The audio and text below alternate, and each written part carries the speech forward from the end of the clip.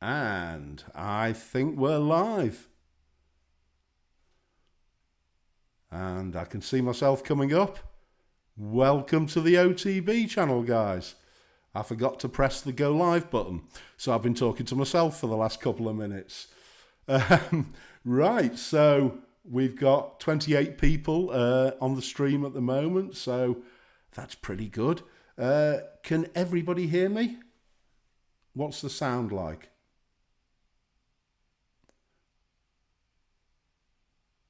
Can you hear me, guys? Okay, so looks like we're good. I was a bit worried about the sound settings because not having done a live stream before, I can't really tell from looking here at the live control room what it's going to be like. But we all seem good. Okay, well, welcome everyone. I finally got round to doing a live stream. And the topic we're going to look at today is so many distros, so little time. But it's going to be more of an OTB ramble more than anything else. I have some plans. That's about as far as my planning goes. But I'm pleased to be here. And I think I've sorted the lighting out. I've got all these little LCD ring lights around. And it looks better to me, but I suppose I'll see what it actually looks like when I watch the recorded version afterwards. So, okay, audio's good. I have an announcement that I wasn't actually aware of until this morning, and my son told me about it. Apparently, last night, the channel has hit 1 million views. Wow. 1 million views for some old bloke sitting in his cabin talking about Linux. That's crazy in what? Not even 18 months. So it's a bit of a celebration as well. And we'll pile on now and hopefully get to 2 million views in less than the 18 months it's taken so far. I tell you what I'm not used to, and it's probably going to take me a little while. This chat window I've got here, I'm not brilliant at multitasking. We'll come to the chat properly afterwards. But there's that saying, you know, about the myth of multitasking, and I'm a big believer in it. I'm not great at multitasking.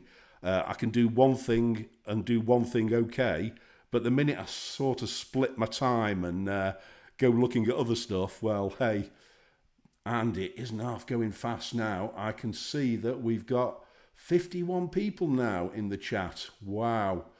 So, hello everybody. If I miss you, I'm sorry. I'm keeping a quick eye on it to see who's there. Hello, Douglas. Welcome, mate. Peter Jansen. Hi, mate. All the usual suspects who comment on the videos. So it's been a weird time, hasn't it? We've got this lockdown in the UK, and we've got it until the 2nd of December apparently, and so everywhere is shut. No pubs, no shops apart from essential food shops, and we're all being told, don't go out, stay in whenever you can, and work from home. So my job is usually being out and about. I'm a trainer, as you all know, and I've had to do a bit of a swap and change, and I've had to change over to remote training. So I'm working from home all the time, but I'm just spending my day constantly doing remote training, which is like going live, I suppose, but I don't find it half as nerve-wracking. I'm sorry to say that most of the go live is also on Microsoft Teams because that's what work uses. And so I seem to spend my day on there. Although I do have my Linux machine up while I'm doing that. So it's really weird. I'm just hoping this lockdown does come to an end and we start to get back to normal eventually. So, yeah, the lockdown is European-wide, Symbian Flow says. It's I mean, since the end of March, really, 2020 will certainly go down in memory as a very strange year. I've got so many masks now. We don't go out unless we're wearing masks. But my wife works in the local spa, which is one of those shops that's exempt from lockdown because they're classed as essential. And everybody who goes into the spa is meant to wear a mask. And there are some people that just don't. And the staff at spa aren't allowed to actually ask customers to wear a mask if they choose not to. So it's always a bit of a worry. Although I'm not going out and exposing myself to this infection, my wife is working all day and I suppose she's bringing it home. But so far, so good. Managed to get through it.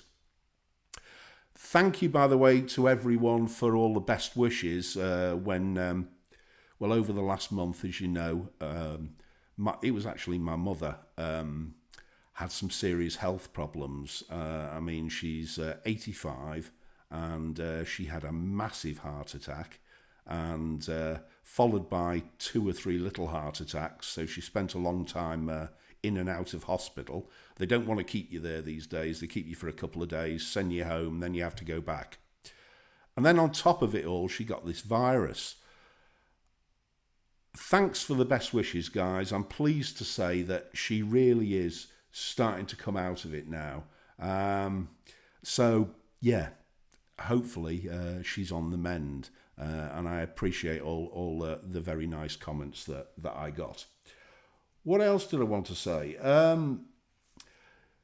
So why have I taken so long to get around to doing one of these live streams? Well, a big part of it has been my internet. And as you know, I've got the 4G sorted out now. And I have to say, it's brilliant. I just tested the speed before I started doing this stream. And I've got something like 60 down and 25 up. It's much better than I get in the house. So eventually I'm going to move everything down here. I have moved the camera down here now rather than my little C920 webcam. But I'm a little bit worried because I have all of these doors wide open and everybody can see in. So just from for security reasons, I'm a little bit loath to move the expensive gear down here until I've got some curtains up. But hopefully that happens quite shortly. But I suppose I've been delayed as well because streaming is a new thing. It's not something I'd done before. And I wasn't sure whether or not my kit would allow it to work. But it seems to be going pretty good. So I'm keeping kind of half an eye on the channel. Wow, that chat doesn't half move fast here. And I know you're slightly delayed, but hey.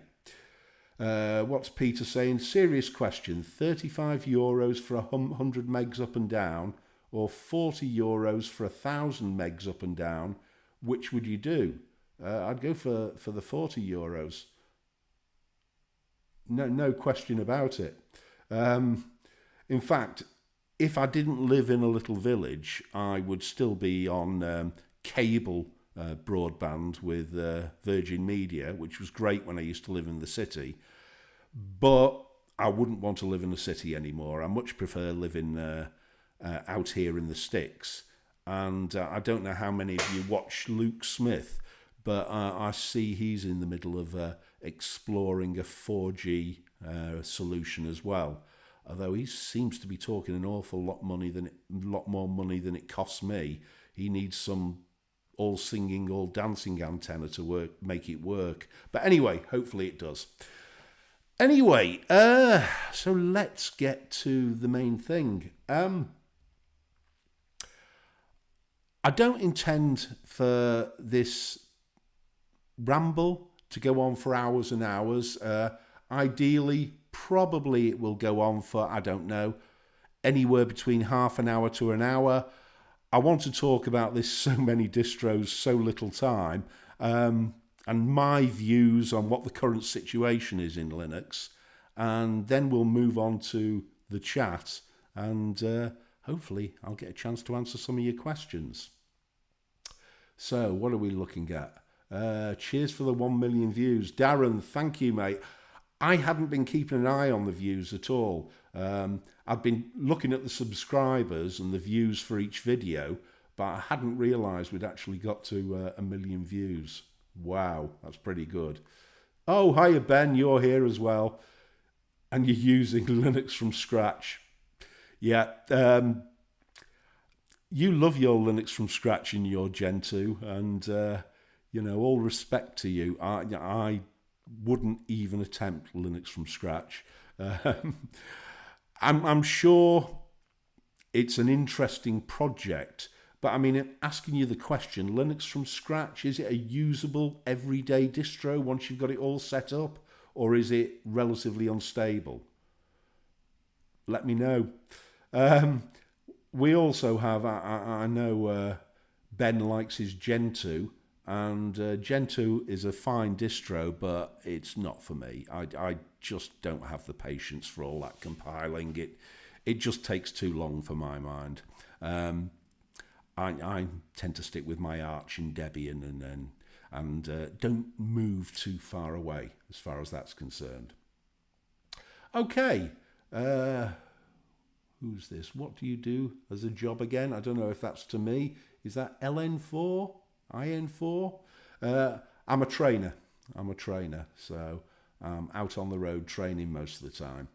I've done all sorts though. I've been as much a job hopper as I have been a distro hopper in my time. I was in financial services sales for many, many years, which I quite enjoyed. But I think I'm getting a bit too old for sticking my foot in the door, trying to sell people things they don't want anymore. So, yeah, I don't bother. I'm just looking forward now to the next 5 years or so when hopefully I can retire and spend more time basically doing this channel. If I could do this channel 7 days a week, I'd love it. I don't know that I'd produce 7 videos a week. I know some people try and do that, but I think that would become a little bit wearing after a while. So many distros, so little time. I don't think anything's really changed in the 16 or so years that I've been using Linux. Distro Watch has always had hundreds of distros there, and I had a look today for the first time in months, and there still appears to be hundreds and hundreds of distros. I don't know what the exact figure is. What I do know is it's certainly above 200 distros, possibly even 300, and that's only the ones that have made their way to Distro Watch. It's always been like that. It's not a new phenomena. It's just part of the Linux ecostructure, or whatever you'd call it. And I love it.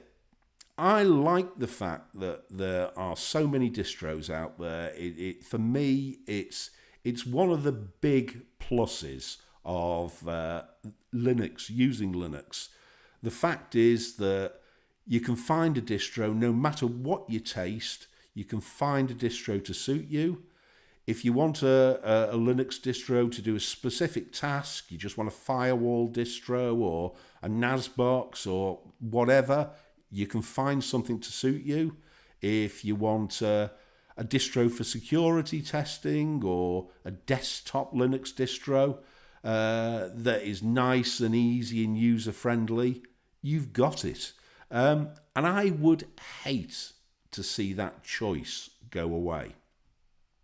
And of course, we've got the fact that Linux is free and open source to thank for that, because any man jacking his dog, if they want to create their own distro, they can do. And all power to their arm as far as I'm concerned. It also, of course, means that it really helps this hobby that we all have of distro hopping, because there is always a choice. And I have to say that when I read through the comments of my videos, I get loads and loads of recommendations, and I keep a list of distros to review. And the fact that there are so many is great for the channel, because I don't think I'm ever going to run out. The list is just so long at the moment, and I work my way through it. Not in any particular order, but I work my way through it. So I'm looking at my notes here. So lots of choice. We can find a distro that suits us. Whatever you want, it's out there, and it enables us to play. I know there is quite a few people who just want an operating system that they want to install, and they just want to get on with the job, and they don't necessarily like to fiddle and play like many of us do. Well, that's great. You can find that as well. So a flavour to suit everyone. So little time. Yeah, there is so little time. I would love to try every single distro. I'll admit I'm not going to install every single distro on hardware. I'm a real lover of virtual machines. It gives you the chance to basically see what the distro's all about. And if you like it, you can install it on hardware. To be honest, though, I've got to the stage now where I feel I'm pretty settled on Debian and Arch. I like both equally for different reasons. And yes, I suppose I do my distro hopping as part of running this channel more than anything else. And if I see something that I really like, I wouldn't necessarily think about installing that distro. I'd be looking at what that distro is doing and seeing if I could replicate it on whatever distro I'm running, which is mainly Arch. There are some detractors, though.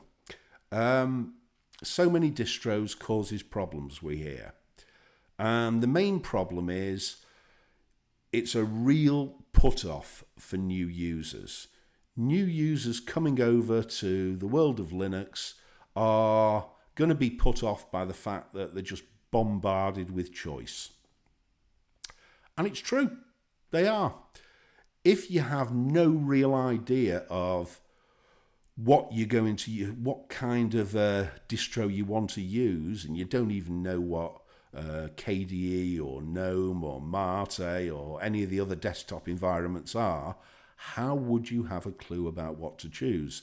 And this is where Alan Pope, not so long ago, made his famous video where he says, just recommend Ubuntu. That's all you have to do, recommend Ubuntu. And it takes away the confusion straight away. And I know DT said something similar following that. And I have some sympathy with that view. I have to say, I have some sympathy with that view because it is a nightmare of choice for people who know nothing about the Linux world in terms of what should they choose. And so if they just have one distro to choose, well, great. And of course, you've got your Ubuntus and your Linux Mints, and they are the obvious ones to recommend. I don't know which one I'd particularly go for. Either or, I don't think it really matters, but they're a good way of guiding people to Linux. And once they get to grips with the operating system, well, hey, you know, then they can start distro hopping like the rest of us and start fiddling and playing with our systems. The thing is, there is also an undercurrent, and it's amongst an awful lot of Linux YouTubers as well, that we seem to be on a mission to increase our market share. I don't know what it is at the moment. Is it 1-2%, something like that? It's never really been any different. Our market share is absolutely great as far as the server world is concerned, but desktop Linux has always appealed to quite a small proportion of people. So, why are we so concerned about increasing it? Quite a few months ago, I did a distro on, you know, who are Linux users, and I tried to categorize them. And one of the categories was the philosopher, and those people who are the evangelists who try and push Linux on everybody. I'll be honest, as far as my view is concerned, I would rarely recommend Linux to anybody who hadn't actually brought the subject up themselves and asked me about it. If they asked me about it, I'd be happy to, give my advice and even install a system for them, and I've done that many times. But just pushing a system onto people, well, for quite a few years I was an IT tech. I had my own business, and my job was basically fixing people's Windows computers that had filled themselves with spyware and viruses. And when I first started the business, I made the mistake of recommending Linux to quite a number of my customers whose machines were so full of viruses that it was a case of reinstall something. We couldn't fix their system. And my experience of that was pretty horrible. I found I was becoming their 24-hour tech support guy. And I learned my lesson fast. That if you recommend Linux, be prepared to support it as well. And it started to take over my downtime, my leisure time, with people ringing, Steve, how do I do this? Steve, how do I do that? So I stopped. But also these days, I'm not really that bothered about Linux market share. If Linux market share stays at 1-2%, whatever it is now, bothers me not at all. I use Linux because I enjoy using Linux. If another X million people used it, would it make any difference to me? No, nothing. No difference whatsoever. So market share for me is irrelevant. I also see some downsides to increasing our market share dramatically, especially if we got some of the big boys, Microsoft, etc., coming on board to push it. Microsoft Linux could happen. Who knows? The trouble is, we'd then end up with a completely different ecosystem. We really would. We'd end up with Linux being controlled by the big corporates again. We'd end up with distros that were less flexible, that would only do what the makers wanted us to do with them. And of course, if it became very popular, there are also security concerns in terms of, well, would we get more viruses and things like that? So, yeah, I think it's great if more people come on board, but I think there are dangers of increasing our market share in the desktop world as well. So that's my sort of take on it. Market share, I couldn't care less. I love the Linux world as it is. If more people come on board, that's great. But I do tend to think that Linux users are the sort of people who tend to have a little bit more technical know-how than your average Windows user out there. And so they will probably be aware of operating systems like Linux anyway. And the chances are they will try it for themselves. That's certainly what I did. So I would rather see the Linux world just organically grow if it's going to grow, which it may well do. But I think, if people want to come here, they'll find us. And I don't think we need to push it down their throats. So perhaps a little bit controversial. So let's have a look at the chat now. It's flicking past really fast. Ben, you're saying, yeah, you're with me. There's far too much risk. Gabe Oppenheimer, you recently hopped to Fedora after a year with Arch. Very happy. Yeah, my experience with Fedora this time wasn't exactly stellar. It was okay.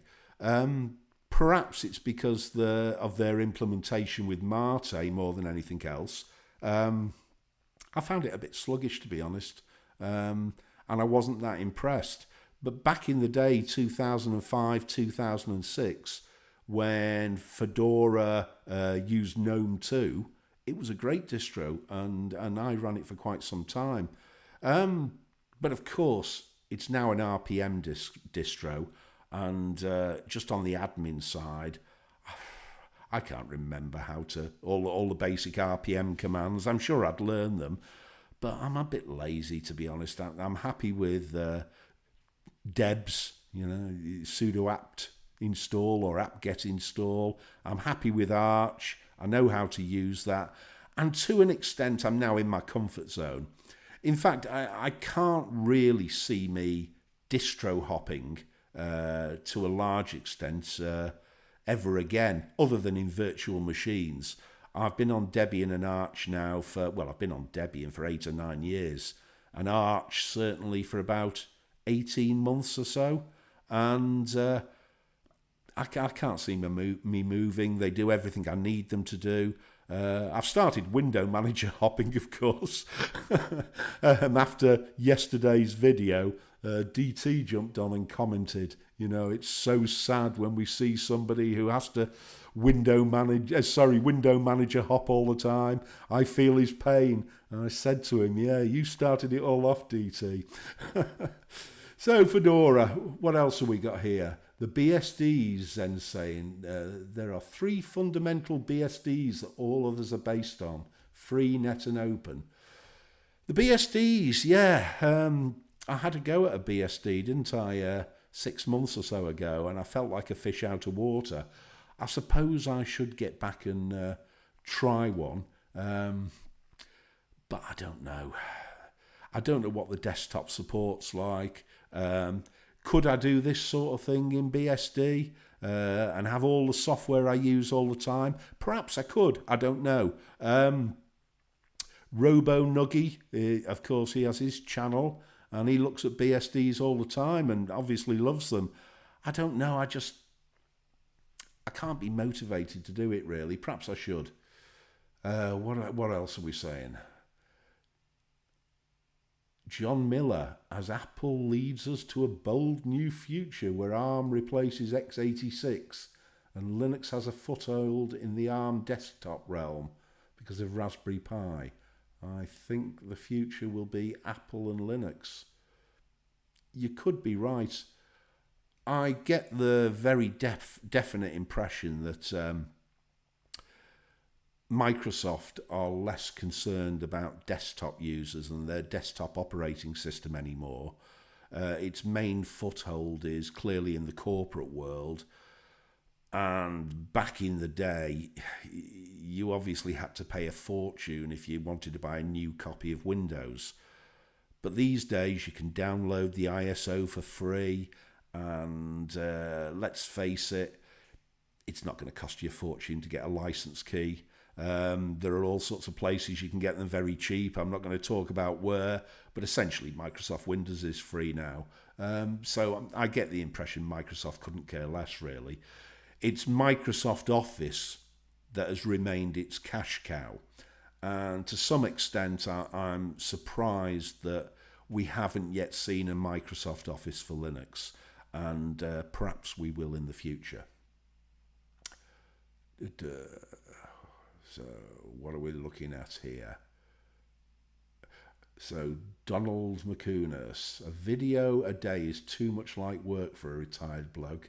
Better to stay with 2 or 3 a week and enjoy life. Yeah, Donald, I sort of agree entirely. I'm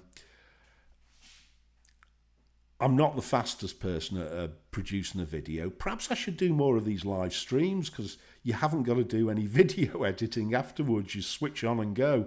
But my Saturday video, I have a routine. I have a lie-in till about 8 a.m. on a Saturday morning. I'm an early riser anyway. I'm up at 5 every day during the week. And I make myself some breakfast, a cooked breakfast on a Saturday and Sunday. And then I toddle off to the cabin or up to my office about 12 o'clock. And it's rare that I'm getting the video going live until about 5. So it takes about 5 hours out of your day. To do that every single day would be too much like work if I was retired. So I think probably the sweet spot would be 3 a week in the future. Certainly when I was on furlough, I was doing around 3 a week, and I don't think I'd want to do more than that. Although, if I'd had the ability to do live streams then, I think I probably would have done more that way. This is easier than I expected, I have to say. I wasn't sure how it'd go, but we seem to be...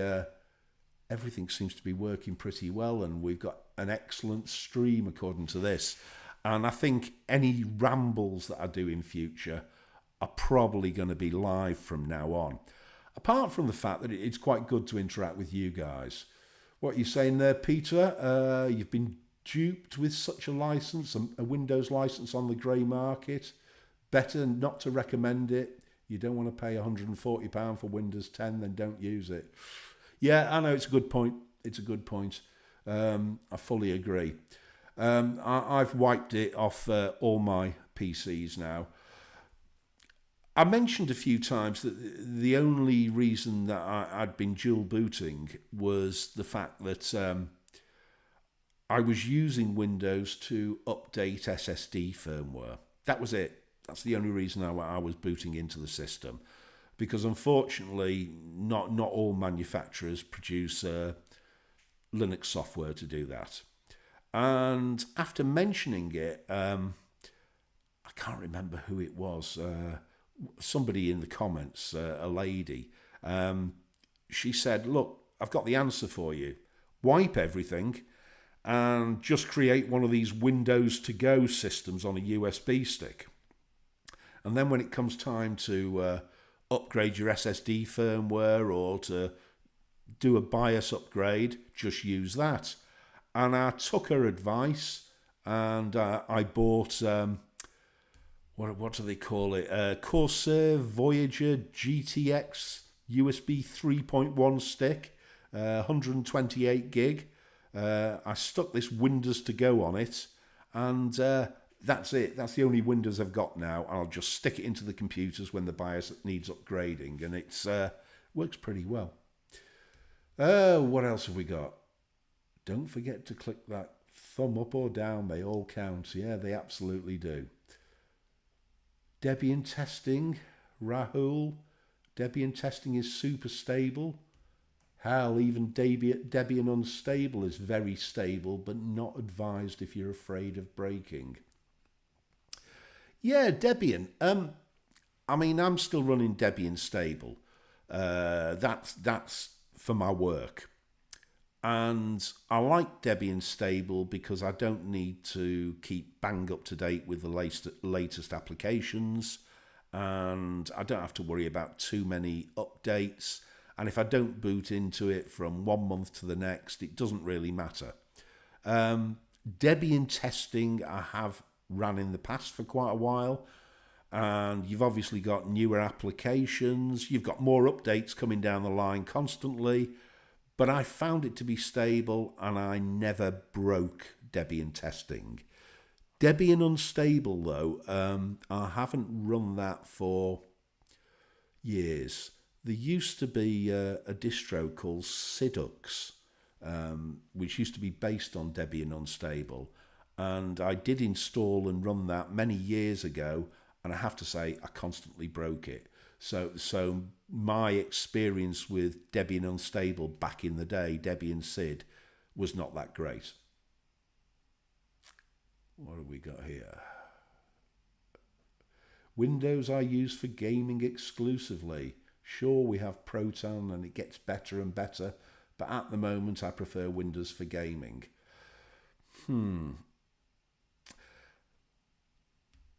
Yeah, and Hex is saying, can you put Windows to go on a 128 gig stick? Yeah, easily. It's only half full, Hex.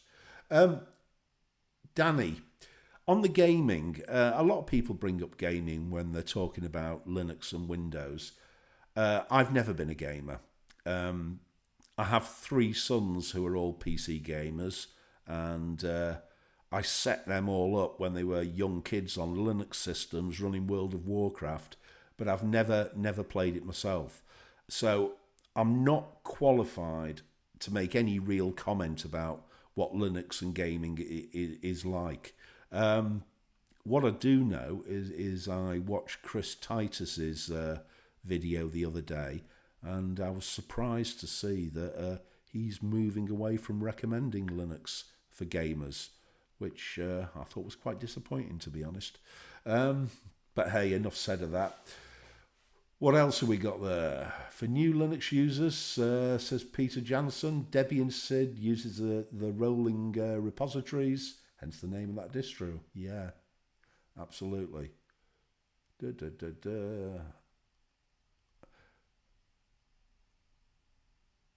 just reading here. Just give me a second, guys. As I say, I'm absolutely useless at multitasking. Absolutely useless. Just go for a PS5 or an Xbox for gaming. It's not a bad idea, actually. Get something that's just designed for the job. How do you pronounce mate? This is Mike Long. I suppose as an English guy, when I first saw it, I would have just pronounced it mate. But so many people have pronounced it Mate, and it feels wrong to me. It still feels wrong to me. Mate is mate. We use the word mate here all the time in the UK. All right, mate. So it's spelt the same way, so that's what it should probably be pronounced like. I found myself swapping back and forth, but yeah, it's mate. Darren, you're saying you use Linux for gaming all the time, and Proton's great too if you're using Steam. I'll take your word for it, mate. I really have no idea. Testing stuff says, yeah, CTT, Chris Titus, is hard on pleasing all parties. He tries to do bits of everything. I mean, I'm aware he does a whole mixture of things. He does Windows videos and Linux videos and everything. I'll never do a Windows video because I'm just not interested in the operating system. And I did have my little MacBook Air, but I finally sold it, and I bought my my ThinkPad T440p with the remainder, which was great. By the way, that I'm going to get into some more ThinkPad stuff. I've got a little kind of stand and bracket now, so that I can put my phone overhead and you can see me actually working on a ThinkPad. But until I got that, I couldn't wait to upgrade the T440p, and I put a full HD LCD screen in it. I swapped out the i5 processor for a 4-core i7, and I've got a proper touchpad now from the T450 with buttons. I didn't like the Mac-like touchpad that comes with the T440. Yeah, it's looking pretty good, and it goes like a rocket. In fact, what I keep meaning to do, and I just haven't had the time, is I need to swap out this X260 for the T440, and the X260 is probably going to go on eBay, I think. I've never been that keen on the build quality of the 260s onwards. So that's going to happen in the future, but I've got a few other bits and pieces to do. I've got my T420, I need to do a processor swap, and a few other bits and pieces. So I won't say I'll do them live, I'll pre-record them, but I'll do some ThinkPad stuff as well.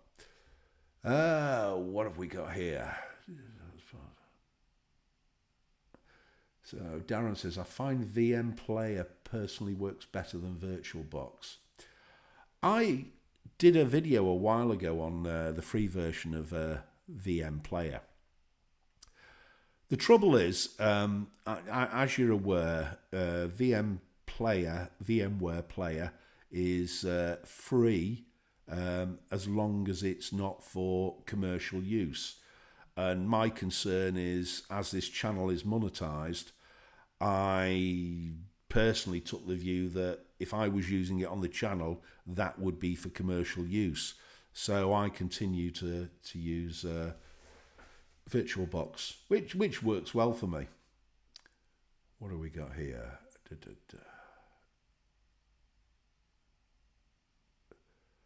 So Hex Earth is saying pick a T-Series ThinkPad like a T450 or newer. Yeah, I know what you're saying. It's just that the build quality, to my mind, isn't the same on, you know, T440 and before. I mean, if you look at the T420, T430, T440, they're the classic T-Series, and I love them. I've also got an X220, which absolutely love. It's like a rocket, absolutely brilliant, and it's as solid as the day is long. So Donald's saying, you notice Chris didn't live stream on Friday, Chris Titus? No idea why, mate. Let's have a look. As I said, my multitasking abilities are not too great. Fedora is good for ThinkPads. It probably will. VirtualBox extensions are restricted use too, from Saki Bugger. Never thought of that, actually. But yeah, you're right. But yeah, VirtualBox probably is the safest bet. I don't want to suddenly get sued.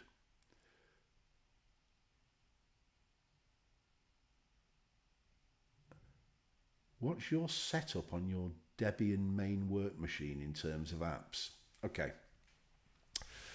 So it's standard Debian with a Mate desktop. In terms of apps, I use it for making videos for work. So it's pretty similar to the basics I've got on my Arch system. So I've got OBS on there. I've got Shotcut on there. I've got the GIMP. And that's pretty much it, to be honest. There's not a lot else on it.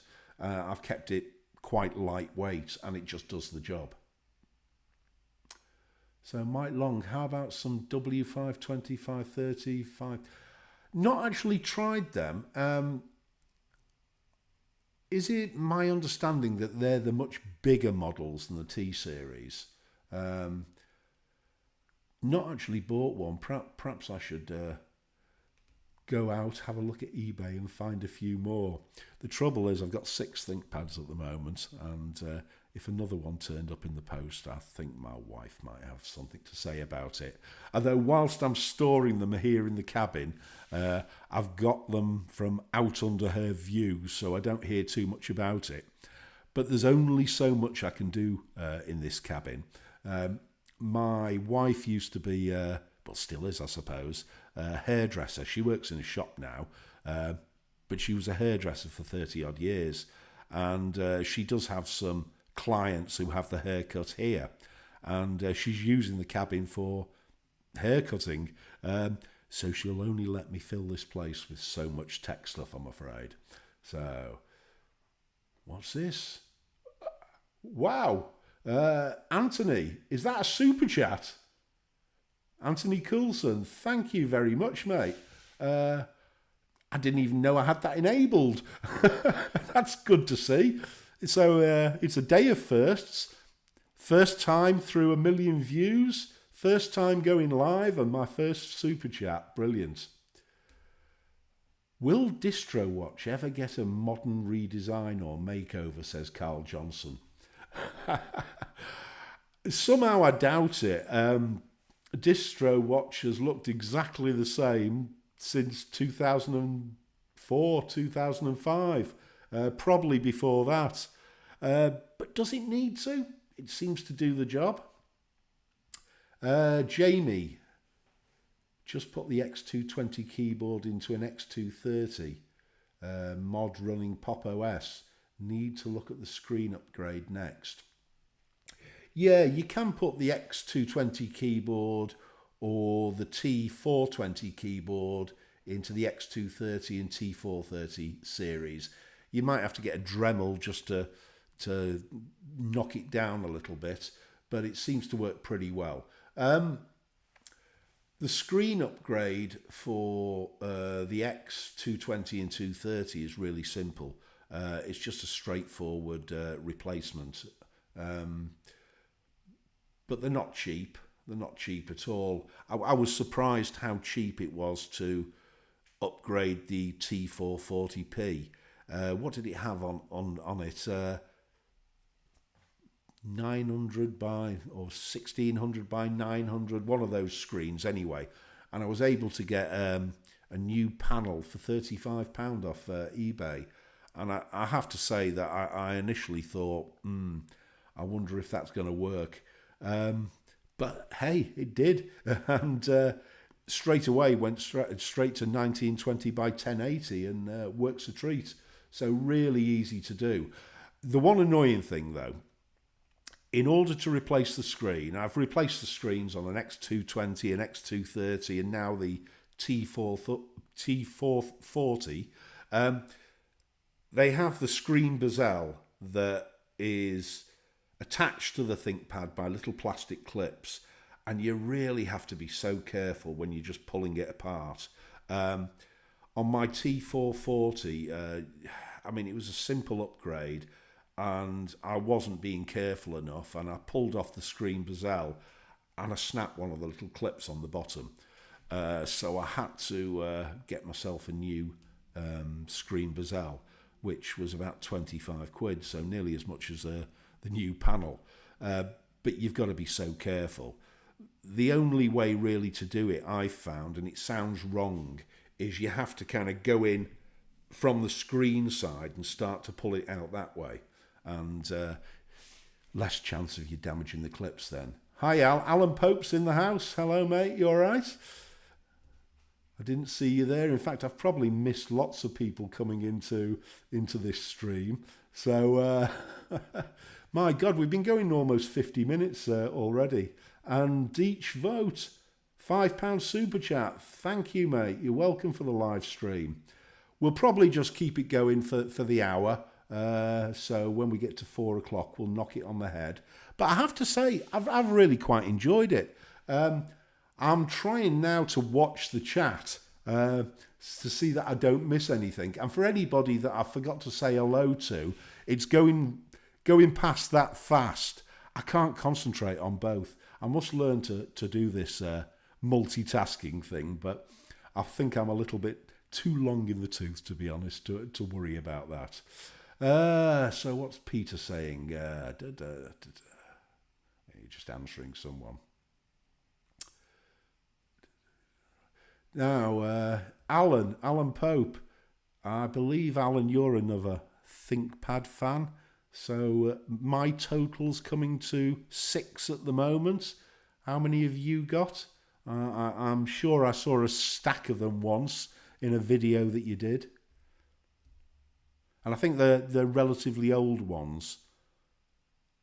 Absolutely love the ThinkPads. The as a Linux machine, everything just works, and that's the best thing. What's Darren saying? You need more coffee to keep up with all of this. Yeah, I do. I need more coffee. I need something to get me going faster. Keep going as long or short as you like. Yeah, I'm gonna stick to an hour for the first one. To be honest, I'm surprised the hour's gone as quickly as it has. It's it's just flown by. One of the things that I'm probably not going to do, and what's Joseph DeGarmo saying? Hello, y'all. I use Arch, by the way. Hello, Joseph. One of the things that I'm probably not going to do is I'm not going to move on to the live streams where we have a Zoom window in. Not at the moment, anyway. Apart from the fact that I have qualms about using something called like Zoom, but yeah. So what's Alan saying? Yeah, you have some Win98 vintage machines. Brilliant. I often think about getting some of them and doing them up. But it's the same thing as so many distros, so little time. I've got so much to do on the ThinkPads that I've got at the moment. I just don't have the time to get down and do them. And just playing with Linux, finding the time to do that, I struggle with sometimes. Can you give us a near-term channel update? A near-term channel update. Deech, you're making a mistake in thinking that I planned this out. I don't. I'll tell you what I'll do. I have a plan for the channel in terms of the content that I do. And I know that there are many reviewers out there. Certainly DT has moved away from doing reviews. I'll always continue to do reviews because there's something I enjoy doing as much as anything else, and it scratches that distro hopper itch that I have, because I get to see those distros, you know, for the first time. And what tends to happen, they're a first look, obviously, because to do a full review, you'd have to run them for days. And I don't do that. I install the distro, download and install the distro on VirtualBox. If it's just a standard Calamaris install, I won't put that in the video. I'll just install it, have a quick look, and then we walk through it together. And I quite like the exploratory way of doing it. It means on the downside that I miss all sorts of things. The amount of times I get people coming back in the comments and saying, hey, OTB, you missed this, which is one of the main features, because I didn't find it. But I still like the exploration. So I'm having a look at the distro while I'm reviewing it, and I like to think that I take you guys with me. I'm not always going to do the reviews alone, though. I quite like to do the odd tutorial when I get a subject in mind. So the last subject I did was about, you know, getting your hardware keys working on Linux. And most of those reviews come out of the fiddling I've been doing during the week. And I think, right, okay, well, maybe other people like to know this. And I also like these rambles. So what is the near future looking like? Well, the near future is more reviews. I haven't got a distro in mind to review particularly next week yet. I tend to see what people recommend in the comments and have a look at the options. I've got to upgrade the CPU on a T420. I'm determined to get that on a video so you can see what's happening. And I suppose I need to think about a few more tutorials. I've tried to avoid constantly thinking about, you know, is this video going to get massive views? Is this video not going to get any views? Because I think that's just self-defeating. You get the most views on distro reviews, and so if I was just chasing views, I'd just do reviews all the time. Live shows like this, yeah, they're not going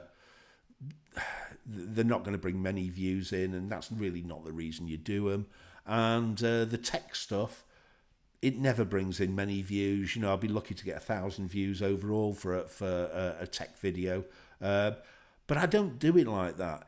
The whole reason for me running this channel is it's a hobby and I enjoy doing it. And I think if I ever forget that part, it's time to stop the channel. So I tend to do what I enjoy. So I haven't given you a very concise near-term projection because I don't really know at the moment. So Yao Xavier, I don't know if I'm pronouncing your name correctly there. A tutorial on installing Puppy to hard drive. Puppy is one of those on the list. I haven't looked at it for many years, and yeah, I'm going to do that. Hex Earth saying stock T420 is already a great ThinkPad. It is. It's absolutely brilliant. You've been a Linux user for 20 years. Anthony Coulson. Wow. You've got 4 years on me then, and you're still passionate, and so am I. What else have we got? Douglas, have I played with Parrot OS yet? No, I haven't, mate. Yet another one on the list for me to have a look at. We have 122 in the stream, 123 now. Wow. I'll admit, one of my fears about live streaming, and I suppose even aside from the internet, I might have given it a go, and even if it failed because I didn't have enough up speed, was the fact that when the channel was very tiny, I thought to myself, well, if you go and do a live stream and then nobody's in the chat, that must be horrible. So I sort of avoided it. I've sort of known that wouldn't be the case for quite a while now, but I can't believe I've now got 124 people on the stream. So hope you're enjoying these guys. Stephen Essene, write these down, Steve. Sorry, what am I going to write down? Are you going to type them in a minute? Ferran OS. Yeah, now, there is one. I would have had a look at the beta of Ferran OS that's gone up to the latest 2004 Ubuntu. But I don't really like reviewing betas if I can possibly help it. I'd rather wait until they're released. And I'm aware that Ferran OS did release last week. And I was really impressed with it when I looked at it last time. What a great operating system. And I'm rarely the sort of person to go overboard on something, but Ferran really impressed me. I was enthusiastic about it. And I have got an itch to go and look at that. So in actual fact, that might not be a bad distro to have a look at next week. Yeah.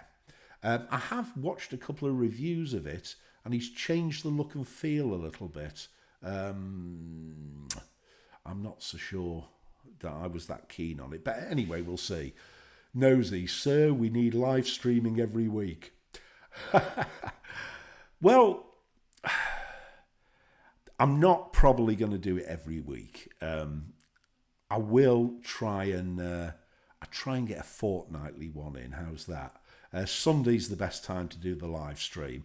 I will do my distro reviews pre-recorded, but perhaps a fortnightly hello, and we'll interact. I quite like looking at the chat.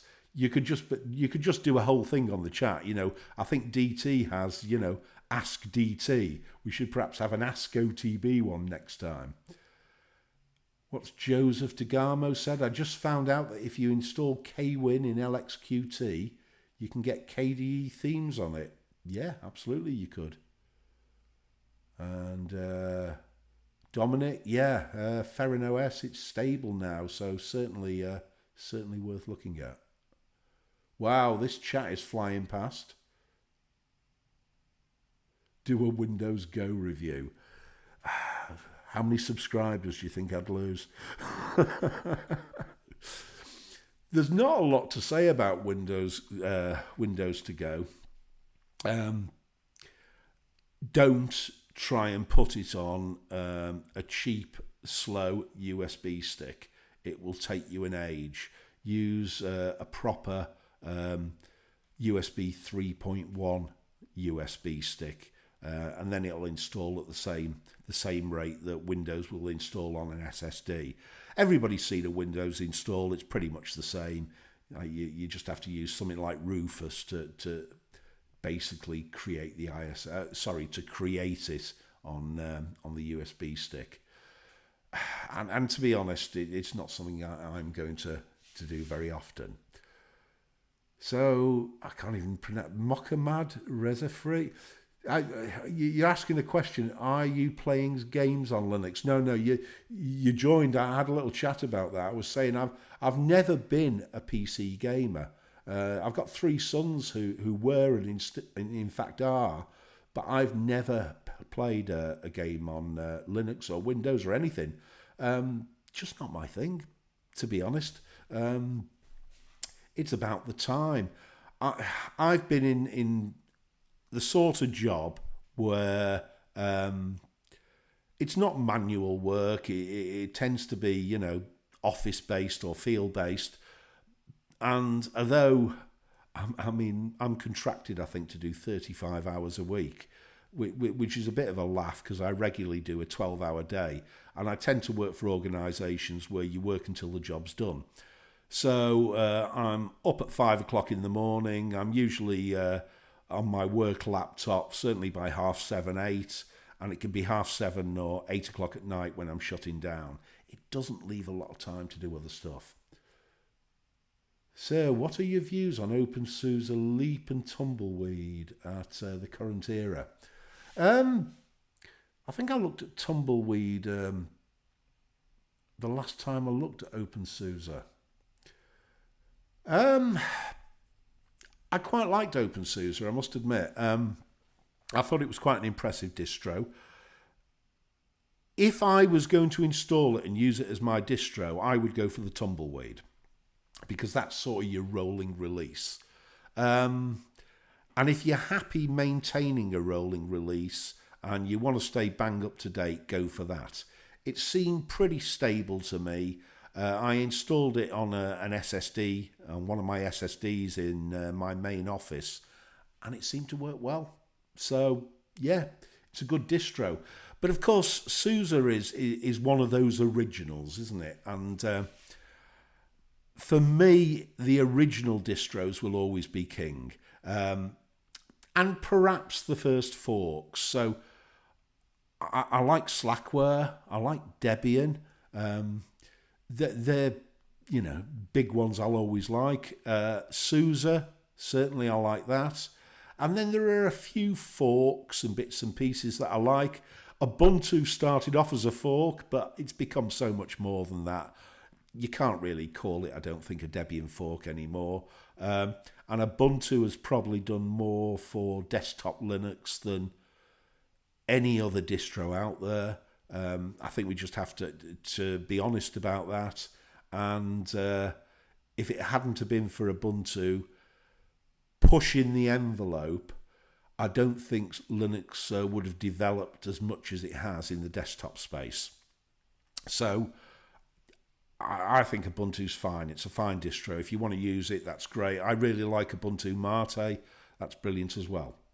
Linux Mint, solid as the day is long. And in fact, either or, Ubuntu or Mint, would be my recommendations for new users.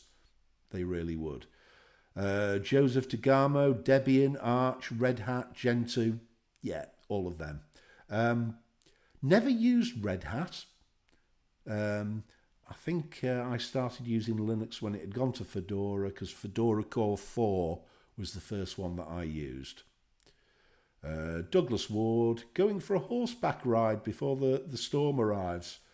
Wow, okay, Douglas. Sorry, didn't see you earlier. Well, have a good one. Hex Earth, I've installed Fedora, OpenSUSE, Tumbleweed and a few others, and they've all failed on me a few days later. That's disappointing. Right. And testing stuff. RTFM. Just RTFM.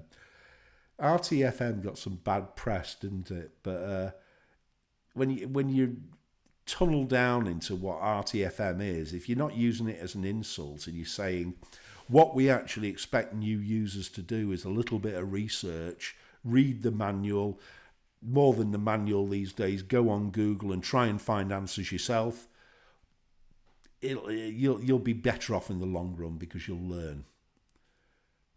Deet, wow, I go back to 1994, RHL was all the rage. Yeah, I know, 10 years before me, Deech.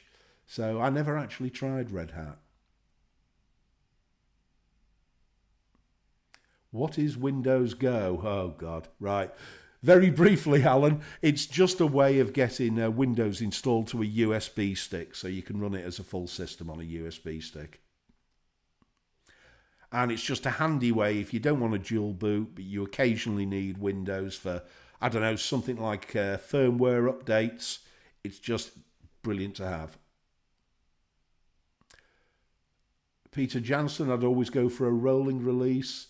Fortunately, with Arch, it's easy to maintain. I haven't used Tumbleweed, Solus, or Vanilla Slackware.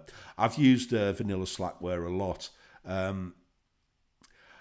I'm just getting a little bit impatient that we're still on Slackware 14.2, which came out, was it 2016? And if you want to use anything that's even near to up to date, you have to use Slackware Current, which is fine. But a lot of the additional software that you can install with Slackware, you use with the Slackbills repo, and that tends to be built for current. So for stable. So you have less choice if you're running current. You can use a variant of the Slackbills repo with current, but it's certainly not as easy. As soon as Slackware Stable comes out again, that will certainly be something I'll review, and it will go on one of my ThinkPads. In fact, I may well put it on the ThinkPad that I use for streaming because it's so solid. But we will see.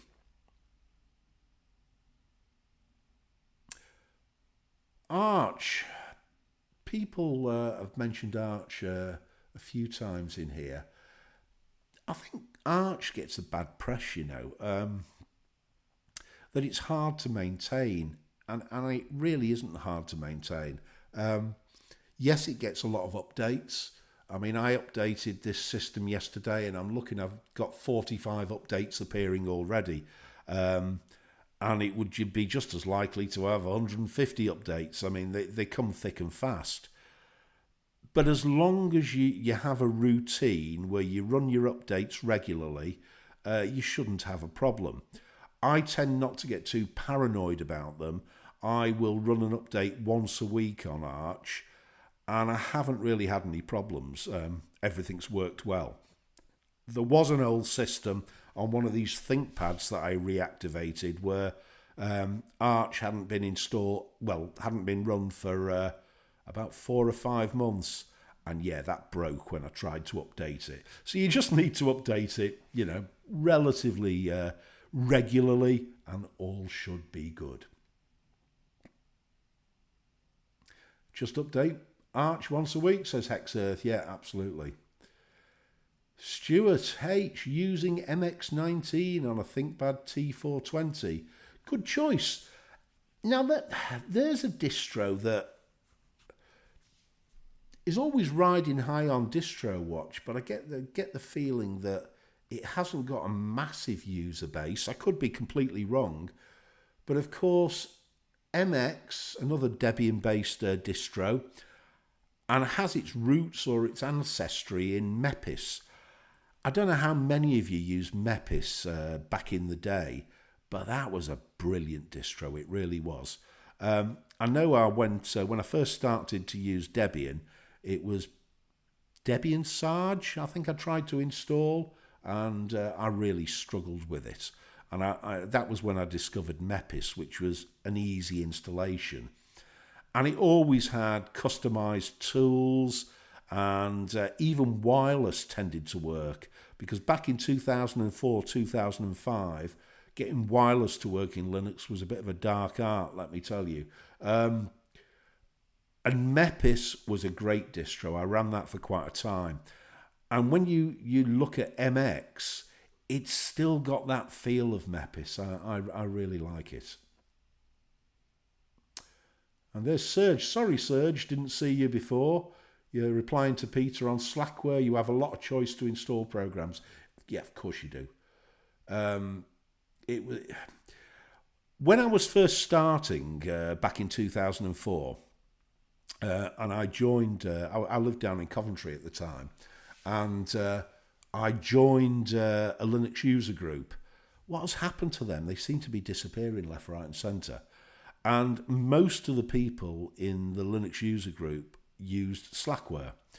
And I had a go at doing it because I'd heard the reputation, Slackware's hard, Slackware's difficult to install and difficult to configure. And so I gave it a go, and I discovered it's not difficult to install at all. It's just an Ncurses installer, but pretty much everything was at the time.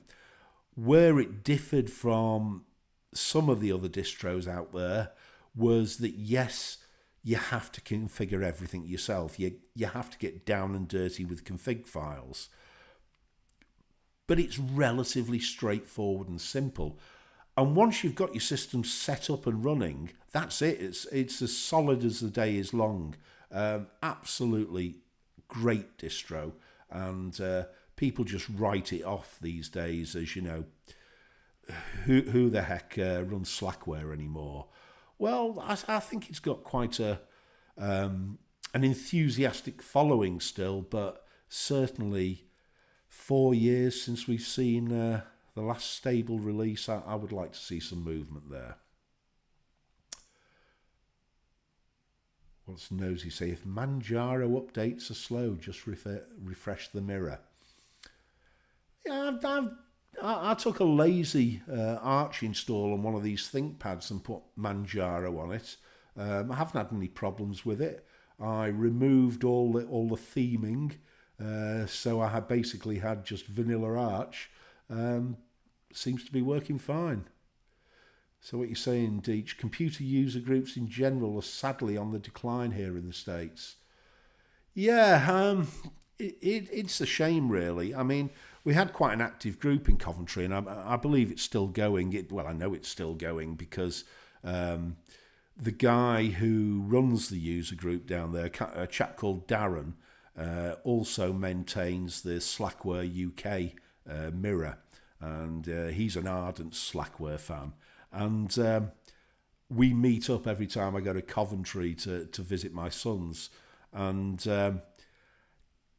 it's kind of used to be kind of once a fortnight. We'd have meetings on the Thursday, and it always followed a similar sort of format that we would have a room somewhere, usually in Coventry University.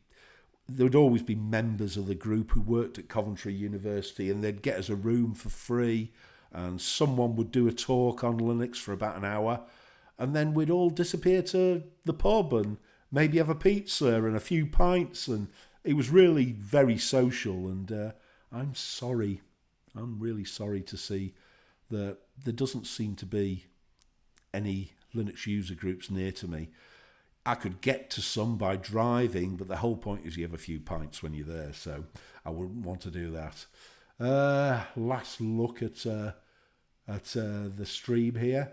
I see we've gone over by 15 minutes, guys, so I am going to call it a day on this quite shortly, but it's been quite enjoyable so far. So, what's Chris C saying? COVID-19 shutting down the groups. It'll get better when it's all over. It's certainly not helped, but it's been the case for a few years, even before the virus.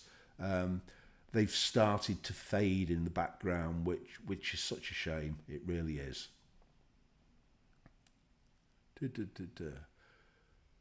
Sorry, Ahmed, I see you've mentioned Qtile there. I didn't see what you said before. What did you think of the video on Qtile yesterday? I've been quite impressed with it. It's not a bad window manager. It strikes me as one that, if you like the workflow of Xmonad, but Haskell just blows your brain, it's an obvious choice. I was sorry to... cheers, Nosy, you're off. Have a good day yourself. I was sorry to see that on Ubuntu or Debian-based distros generally, they've removed Qtile from the repos. I think the reason is that for quite a long time, development stagnated, so we didn't see that much. Luckily, you can do a pip install on any distro, and you can install it anyway, so not that bad. Right. I knew that OTB would stream longer, says Peter. Okay, bye, guys. Yeah, well, you know me. The one thing that I can do is I can talk for England. I always start off thinking I don't know what I'm going to say, but once I start talking, on I go. But look, guys, I see I've a stream now for an hour and 15 minutes, so I am going to kill this stream in a second. Before I go, let me just say thanks. Really enjoyed doing this. I will do it more often. I'm hoping I'm going to be able to catch up with this chat afterwards. Hi, Torsten. What do you say? Qtile really made my fingers itch to try it out. Yeah, well, everything's up there on my GitLab if you want to pull down my config files. But yeah, thanks everybody for coming on board. This has been great. It's been a little bit disorganised because I only had about 10 minutes of material, but we seem to have got through it as normal. Just before I go, obviously, I do want to say thanks to everybody who supports the channel. If I missed you on the chat and you've done a super chat and I didn't mention your name, I am so sorry. I'm struggling to keep up with this window as I'm watching what's going on here. But of course, I'd like to say thanks very much for the support from my patrons as well. Devon, Corbinian, Schilderman, Robert Boudreau, Gary Moore, Aristotelis, Stormpix, Stephen, Mike, David, Entropy, Richard, Ty, Philip, Forrest, Scott and Patrick. Thank you guys. And to everybody else who has been involved in this stream, thanks so much, and we'll do it again. Have a good Sunday, guys. I'm going to kill